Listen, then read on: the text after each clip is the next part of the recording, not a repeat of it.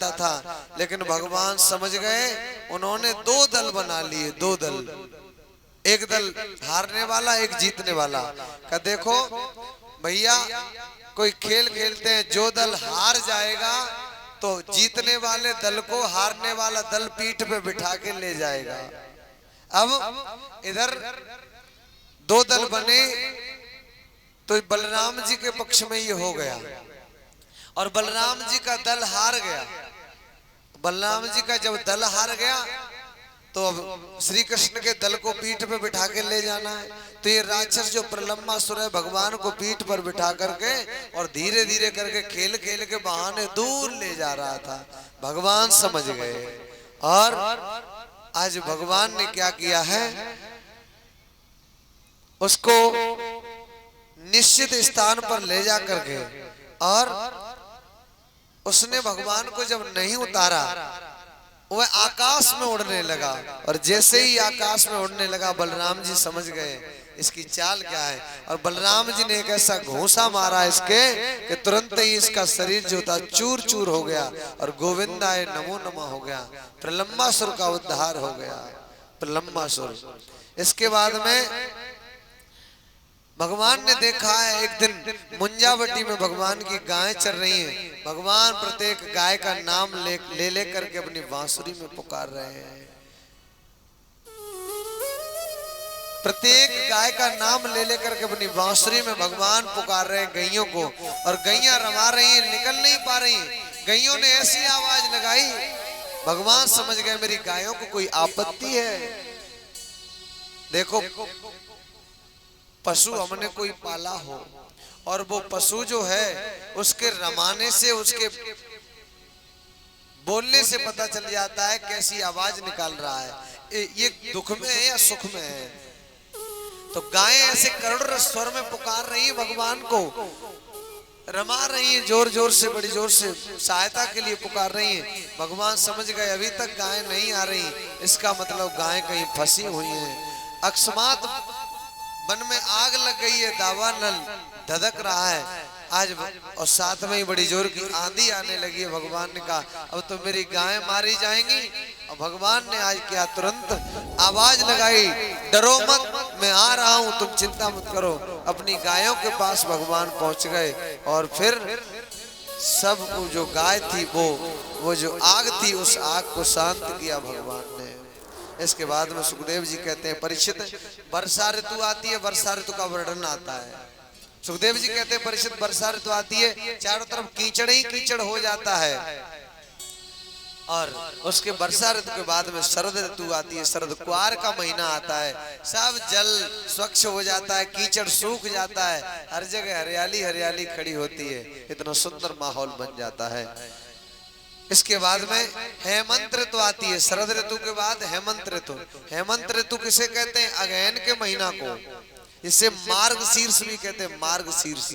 अगहन का महीना आता है, और ब्रज की जो कुमारियां है ना, कुमारी कन्याएं ब्रज की, वो सभी जाती हैं यमुना में जाकर के बालू की कात्यायनी मैया की मूर्ति बनाती है, बालू की मूर्ति। हेमंते प्रथमे मासे नंद ब्रज कुमार का चेरुर्हविष्यम भुंजाना कात्यायनी अर्चन व्रतम।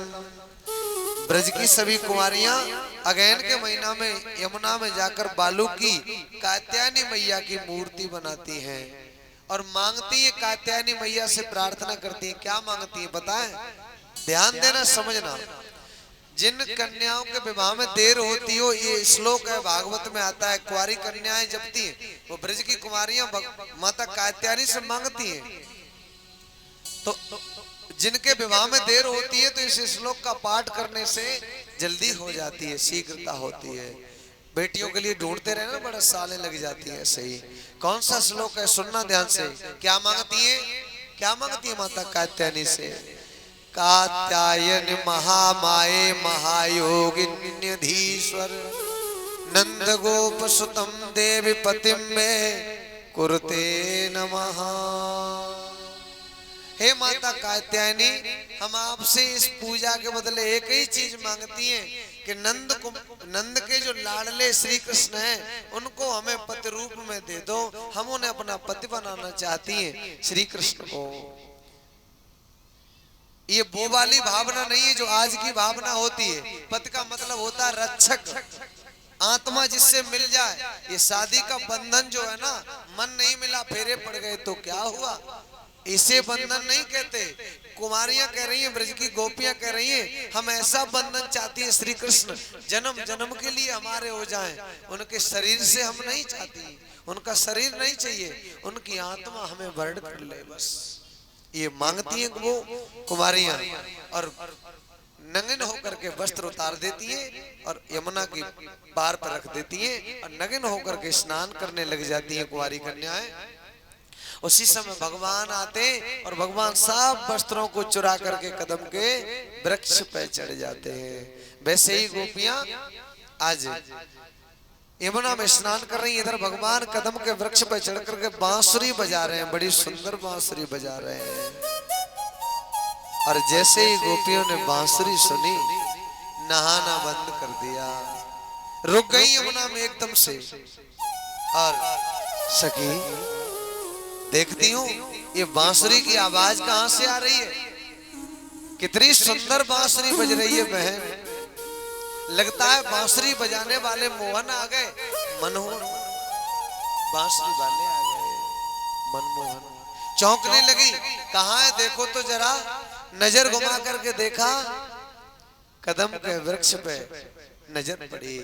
अरे सखी बड़ी गड़बड़ हो गई, देखो तो सही बांसुरी, देखो कदम के वृक्ष पे बांसुरी बज रही है और देखो अपने जो वस्त्र है ना, वस्त्र वो भी कदम के वृक्ष पे टंगे हैं। आवाज लगाई, लाला हमारे वस्त्र दे दो, क्यों इन वस्त्रों को लेकर के चढ़ गए हो आप, हमें हमारे वस्त्र दे दो। भगवान बोले ये वस्त्र नहीं मिलेंगे, ये तुम्हारे वस्त्र नहीं है। वस्त्र तो क्या है लाला, ये तो मेरे कदम के वृक्ष पे फूल आए हो, नीलो पीलो, ये सब कदम के वृक्ष के फूल हैं, तुम्हारे वस्त्र नहीं। का लाला हमें दे दो ना चीर हमारे। अरे लेके चीर मुरारी कदम की डाली पे बैठी गयो, लेके चीर मुरारी कदम की डाली पे बैठ गयो।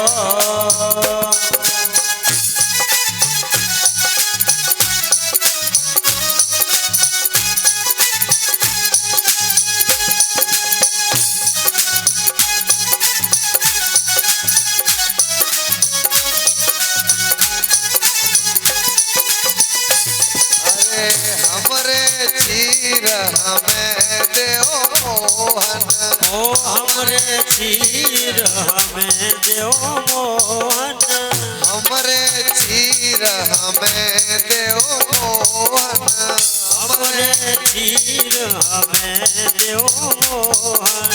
हम जल बीच उभारी कदम की डाली पे बैठ गयो, हम जल बीच उभारी कन्या देखो डाली पे बैठ गयो।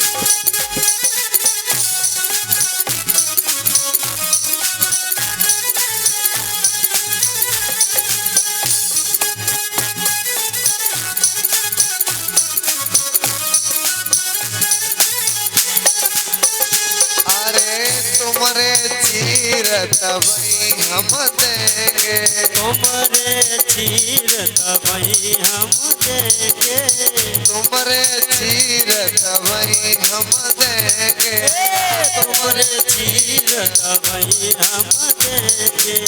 है जाओ जल से न्यारी कदम की डाली पे बैठ गयो, तीर मुरारी कन्हैया देखो डाली पे बैठ गयो।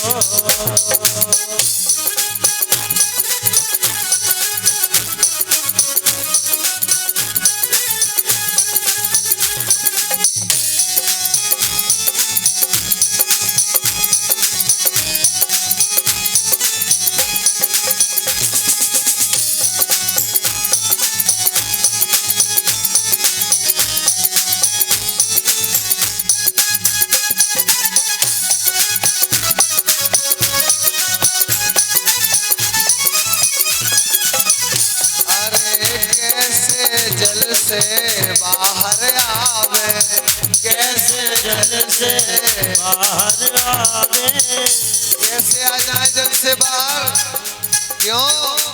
अरे लागेगी लाज तुम्हारी कदम की डाली पे बैठ गयो, लागेगी लाज तुम्हारी कदम की डाली पे बैठ गयो।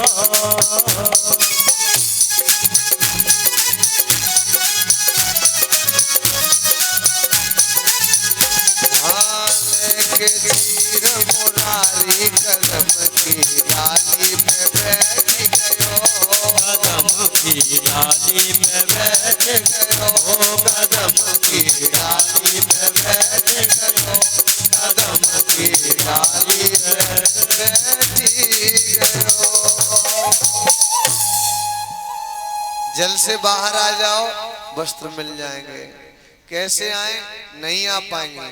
अब 4 प्रकार